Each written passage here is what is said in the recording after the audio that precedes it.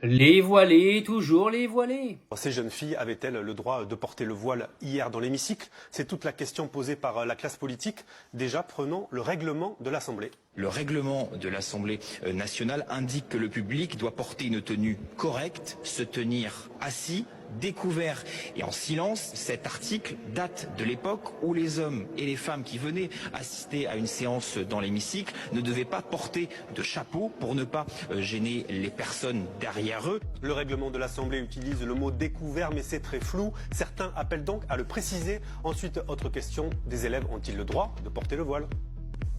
Nous avons la loi de 1904 qui dit qu'à l'école, le voile est interdit. Et l'école, c'est aussi pendant les sorties scolaires. Une accompagnatrice de sortie scolaire peut être voilée, même si les élèves, eux, ne peuvent pas, bien sûr, l'être. Et il s'agissait bien là d'une sortie scolaire. Le principe de laïcité était donc censé s'appliquer. Une visite scolaire organisée non pas en lien avec la France insoumise, comme certains à l'extrême droite le prétendaient, mais avec le MoDem. Le patron des députés démocrates, Marc Fesneau, a réagi dans un long communiqué publié sur X tout à l'heure. Il écrit que la loi n'interdit pas le port du voile par des mineurs dans l'espace public.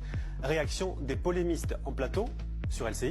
Ces gamines voilées, ça me désespère. Mais par contre, je préfère qu'elles soient là à l'Assemblée et qu'elles voient comment ça fonctionne. On ne va pas arracher les voiles. Dans les pays anglo-saxons, dans les pays, même en Allemagne, en Espagne, en Italie, mais là, s'ils regardent à l'instant LCI, ils doivent se dire, mais c'est français, mais ils sont en 1971. Voilà ce qu'on pouvait dire ce soir sur cette affaire qui a occupé beaucoup de commentateurs aujourd'hui.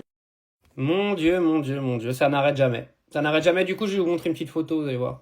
Ah, on a retrouvé Pumba les gars. Ah merde, il était à l'Assemblée nationale avec sa kippa.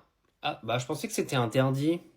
Ah non, parce que si les gamines ne peuvent pas porter leur voile, Meir Habib ne peut pas porter la kippa à l'Assemblée. C'est interdit par la loi et la laïcité apparemment.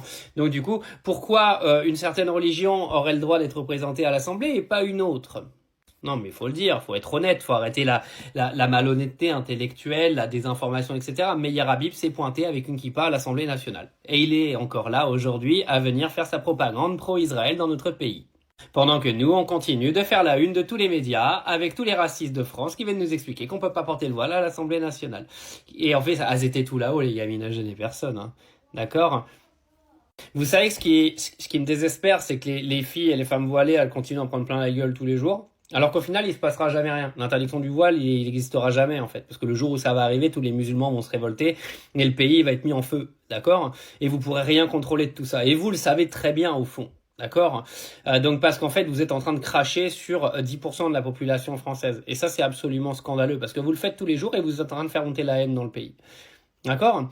Donc force encore une fois à toutes les femmes voilées. Le voile, comme dans tous les pays anglo-saxons dans lesquels j'ai voyagé, dans les pays en général, doit être quelque chose d'accepté, que ça vous plaise ou non. Et croyez-moi, la fachosphère de France, ça ne changera jamais.